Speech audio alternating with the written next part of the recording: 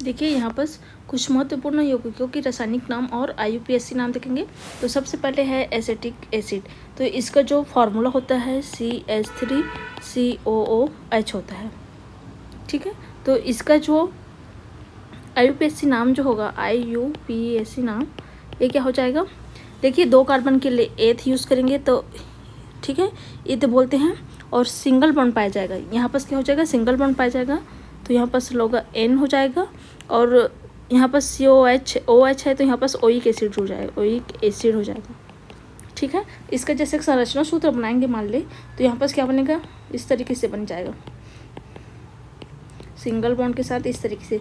तो यहाँ पर 2 कार्बन के लिए एथ यूज़ किए हैं, सिंगल बॉन्ड के लिए क्या करते हैं? N यूज़ करते हैं, और ओइक एसिड क्योंकि OH जुड़ा हुआ है, हमेशा याद रखना है ANE सिंगल बॉन्ड के लिए, ENE डबल बॉन्ड के लिए, और YNE ट्रिपल बॉन्ड के लिए क्या होता है? इस्तेमाल होता है। इसी तरीके से ऑक्जेलिक एसिड का जो फार्मूला होता है, ये होता है, देखिए पहले फॉर्मिक एसिड है तो HCOOH होता है, ठीक है। यहाँ पर क्या होता है? सिंगल बॉन्ड पाया जाता है, तो इसका 1 कार्बन है इसलिए मेथ हो जाएगा, और सिंगल बॉन्ड के लिए N यूज़ करेंगे, और इसके लिए मेथेनोइक हो जाएगा, मेथेनोइक एसिड, ठीक है। डिटेल जानना चाहते हैं तो उसका लिंक मैं दे दूँगी। इसी तरीके से देखिए ऑक्जेलिक एसिड, तो ऑक्जेलिक एसिड का फार्मूला होता है COOH, इसी तरीके से COOH होता है, ठीक है, ऑक्जेलिक एसिड का है। यहाँ पर क्या होगा? 2 कार्बन के लिए क्या हो जाएगा? एथ यूज़ करेंगे, ठीक है, इथ हो जाएगा, और सिंगल बॉन्ड के लिए क्या हो जाएगा?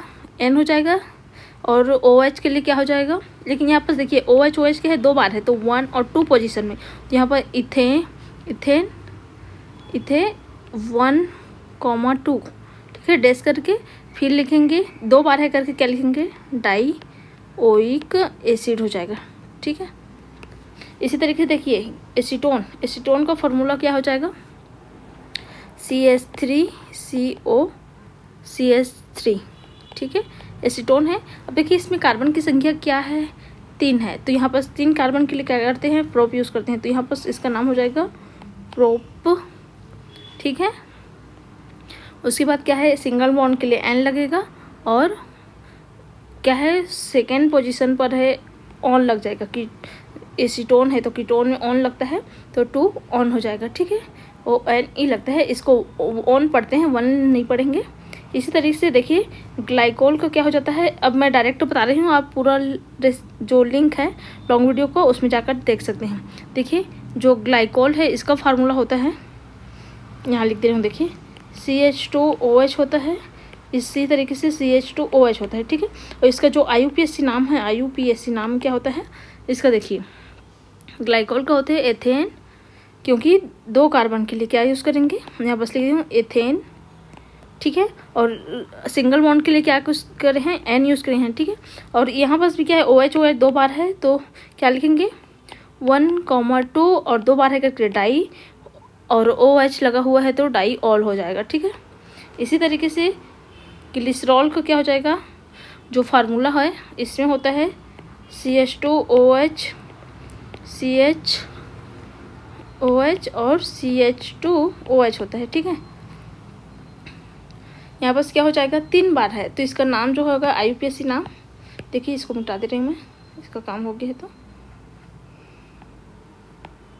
यहाँ पर जो इसका नाम हो जाएगा IUPAC नाम क्या होगा?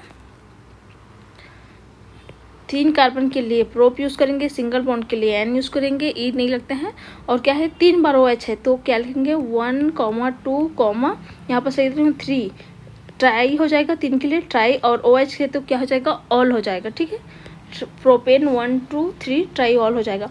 इसी तरीके से एथिल एल्कोहल, तो इसका जो फार्मूला होता है CH3CH2OH, या फिर इसी को लिखते हैं C2H5OH लिखते हैं।